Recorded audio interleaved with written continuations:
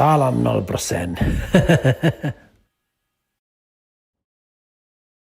Assalamualaikum warahmatullahi wabarakatuh.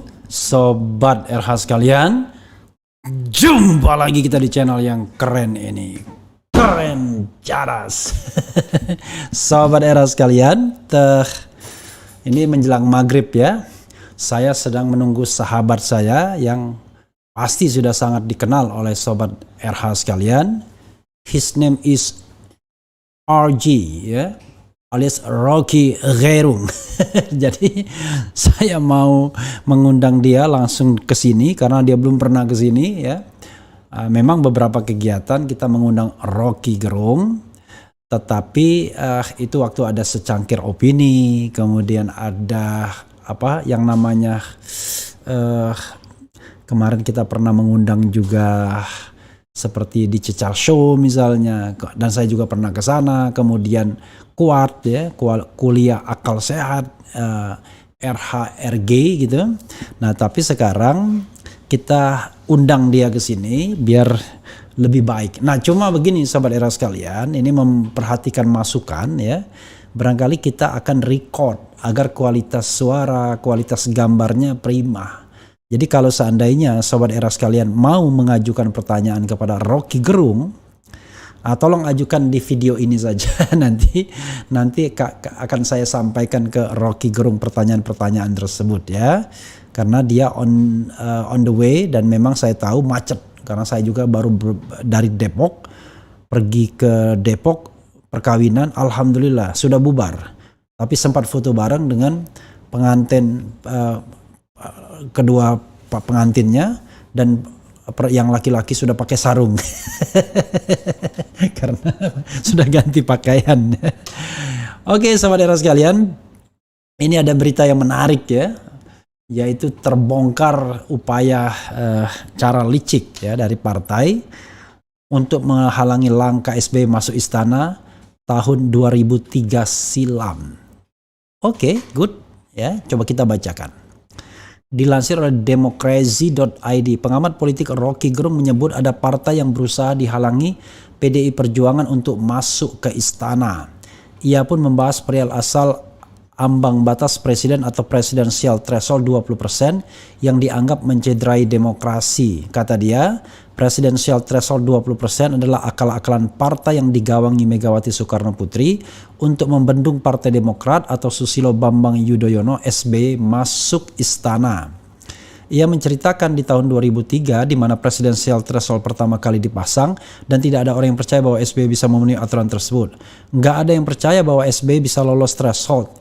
Karena itu 2003 dipasang threshold itu, ujarnya di kanal YouTube Rocky Gerung, dikutip Sabtu 2 Juli 2022. Rocky mengatakan tidak ada orang yang percaya bila SBY bisa memenuhi threshold, lalu untuk apa SBY memberlakukan threshold? Kan orang bilang SBY yang pasang threshold, berarti SBY bodoh dong. Partainya cuma 7%, dia pasang threshold 20%, kan ngaco kan, ujar Rocky Gerung. Threshold itu dipasang PDIP untuk menghambat SBY, kan SBY belum jadi presiden tapi berpotensi jadi sambungnya. Rocky Gerung menjelaskan bahwa aturan presidensial threshold diberlakukan oleh PDIP untuk menghambat langkah SBY menjadi presiden di tahun 2003. Ya, Sobat RH sekalian, ini menarik ya. Karena fakta ini jarang diungkapkan. Karena yang saya ungkapkan biasanya yang tahun 2008 ke 2009. Karena waktu 2008 itu, Sobat RH sekalian, ya, yang 2008 itu thresholdnya itu memang ditingkatkan dari 15% ke 20%. Tapi tahun 2004 melalui Undang-Undang Pilpres tahun 2003, ya, Undang-Undang Nomor 23 tahun 2003, itu memang threshold ditetapkan 15%. Itu saudara sekalian, 15%. Nah, hanya beruntungnya ada aturan peralihan yang menyatakan bahwa karena itu Pilpres pertama, maka 3% kursi dan 5% suara. Akibatnya SBY yang 7%, Demokrat bisa. Jangan lupa, Pilpres dan Pileknya dilakukan di waktu yang berbeda. Pileg dulu, kemudian hasilnya menjadi dasar bagi Pilpres. Jadi sobat era sekalian, bisa jadi apa yang disinyalkan oleh Rocky pada waktu itu ada upaya untuk menghalangi SBY, karena dalam survei SBY termasuk moncer yang quote unquote dianggap melampaui Megawati pada waktu itu. Dialah satu-satunya orang yang dalam survei itu melampaui Megawati.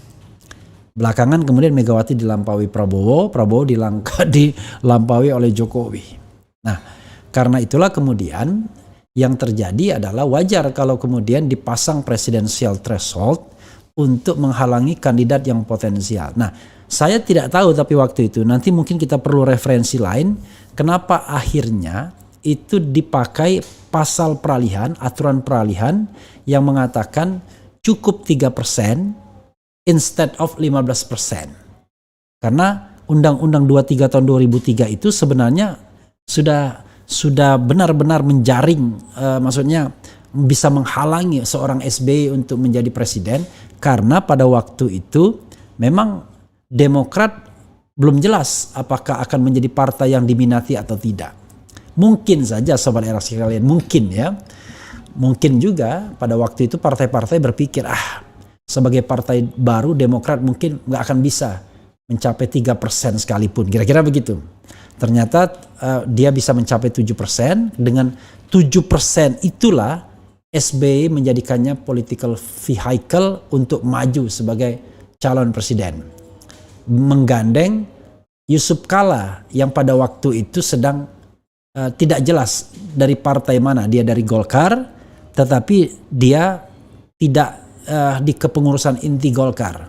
Golkar pada waktu itu dikuasai oleh Akbar Tanjung dan konvensi partai Golkar itu memenangkan Wiranto sebagai calon presidennya. Akbar Tanjung sendiri kalah, Surya Paloh kalah, kemudian Prabowo Subianto kalah, dan kemudian pemenangnya adalah Wiranto. Maka pada tahun 2004 itu calon presidennya adalah SBY JK, Mega Hasyim Muzadi, Wiranto Salahuddin Wahid, kemudian Amin Rais Siswono Yudhohusodo, dan Hamzahas Agum Gumelar. Ya, kemarin malam saya bincang-bincang dengan Agum Gumelar. Dia protes karena ada soal celana cingkrang dan lain sebagainya, dan dia jelaskan bahwa itu hanya kecil saja dari apa yang dia jelaskan secara umum. Jadi kita gentleman, kita temui, dan ya akhirnya saya bilang ya sudah, memang setiap orang kan punya hak untuk jawab gitu. Nah, sobat era sekalian, nanti mungkin kita perlu cari cerita dari mana kemudian yang 15% sudah ditetapkan di dalam batang tubuhnya di Undang-Undang Nomor 23 tentang pemilihan presiden itu, tapi tiba-tiba bisa ada aturan peralihan yang dalam tanda kutip menyelamatkan SBY. Ini menarik ya. Sayang pada waktu itu informasi yang saya dapatkan, karena ini pilpres pertama, ini alasan formalnya, maka threshold tidak boleh tinggi-tinggi. Karena ya namanya pilpres pertama kan butuh partisipasi kan, kira-kira begitu. Loh, apakah pilpres 2014, 2019, nanti 2024 tidak butuh partisipasi sehingga ada threshold dipatok tinggi-tinggi 20%. Nah, this is the question. Ya, sahabat era sekalian, bagi mahasiswa Universitas Muhammadiyah di Tangerang ya, tadi ada pengumuman kalau saya besok akan mengadakan atau diundang memberikan kuliah umum tentang presidensial threshold ini ya, pukul 9 sampai dengan pukul 12 di Auditorium Kampus Universitas Muhammadiyah Tangerang, Jalan Perintis Kemerdekaan, Cikokol, Kota Tangerang. Jadi ada dress code-nya, atas putih, bawah celana rok jeans gitu ya. Menarik juga ya. Jadi halal bihalal dan silaturahmi alumni Fakultas Hukum Universitas Muhammadiyah Tangerang dan orasi hukum. Bagi alumni FH Universitas Muhammadiyah Tangerang yang belum mengambil ijazah dan hadir pada acara ini akan diberikan potongan tunggakan biaya sebesar 50%. Ada juga note-nya ya. Support, oke. Ya, itu sobat era sekalian, mudah-mudahan bermanfaat ya perbincangan kita, dan kita tunggu Rocky Gerung. Silakan ajukan pertanyaan. Kalau sekarang sudah maghrib, saya tahu jalannya macetnya minta ampun. Nah, sobat era sekalian, iseng-iseng atas permintaan sobat era sekalian, kita mengadakan polling, dan saya sudah duga. Jadi yang setuju presidensial threshold 0 alias tidak ada threshold itu adalah 94% dari 7.500 yang votes ya. Untuk sementara masih 7.500, tapi mudah-mudahan nanti meningkat. Sementara yang 20% itu ya sisanya hanya berapa persen ya. Hanya 6% saja ya. Jadi ini makin menunjukkan ya bahwa orang sesungguhnya ingin presidensial threshold itu 0. Dan salah satu tokoh presidensial threshold 0 itu adalah namanya Rocky Gerung. Bukan Muhammad Rocky Gerung ya, Rocky Gerung saja. Pernah dibilang ditambahin Muhammad Rocky Gerung. Silakan Sobat Era sekalian ya mengajukan pertanyaan. Iseng-iseng saya membacakan. PT 0% itu baru demokrasi karena parpol yang duduk di DPR berhak mengajukan capresnya. Sisanya buzzer. Kurang sis ya. Nggak boleh kita memaki ya. M dendam ke Sumar karena Pak SBY masih presiden ganti terkena oke, kita nggak bacakan ya. Selamatkan negeri dari ancaman oligarki bersama Anies Baswedan. Oke, nanti kita tanya sama Rocky Gerung biar kita fair-fairan. Anda dukung siapa sih ya? Kok kayaknya mendukung Anies Baswedan? Atau jangan-jangan dia punya jawaban yang lain ya? Oke, Sobat Era sekalian, kita nantikan Rocky Gerung. Sayang saya tidak live karena waktunya memang tidak menguntungkan karena dia baru datang habis maghrib. Di tempat saya ini maghrib isya itu biasanya ada gangguan, bukan gangguan ya, ada ada suara yang barangkali cukup masuk, jadi kita harus berhenti dulu ya. Oke. Mahfud MD berpendapat di tweet PT hanya bisa diubah di parlemen karena sudah dikompromikan di sana. Jadi harusnya tidak ada partai ke MK, akal-akalan lagi agar PT 0% tidak ada legal standing dari partai di MK. Ya kalau tidak ada yang bisa mengajukan, siapa yang bisa mengajukan dong? Gatot Nurmantio ditolak, Partai Umat ditolak, lalu partai mana yang berarti kan kalau partai di luar parlemen berarti hanya 7 partai yang bisa mengajukannya. Kan nggak masuk akal. Padahal dari 7 partai itu yang belongs to the state, belong istana, ya kan? Itu sudah hampir semuanya. Lalu partai mana lagi yang mau mengajukan? Masa hanya digantungkan pada 1-2 partai itu? Bagaimana kalau partai itu di lobby misalnya? Jadi sekali lagi saya setuju, sepakat pendapat Pak Mahfud, seandainya warga negara itu diberikan legal standing. Tapi kalau warga negara tidak diberikan legal standing ya sama aja bohong kita ya. Oke, Sobat Era sekalian, itu saja. Sekali lagi, Rocky Gerung nanti akan tiba. Kalau misalnya memungkinkan live, ya live sebentar, sudah itu record. Dan untuk menyapa Sobat Era sekalian, tetapi saya ingin mengeksploitasi pemikiran-pemikiran Rocky Gerung. Hal apa saja yang ingin kita tahu dan termasuk sikap-sikap politiknya. Wassalamualaikum warahmatullahi wabarakatuh. Ciao.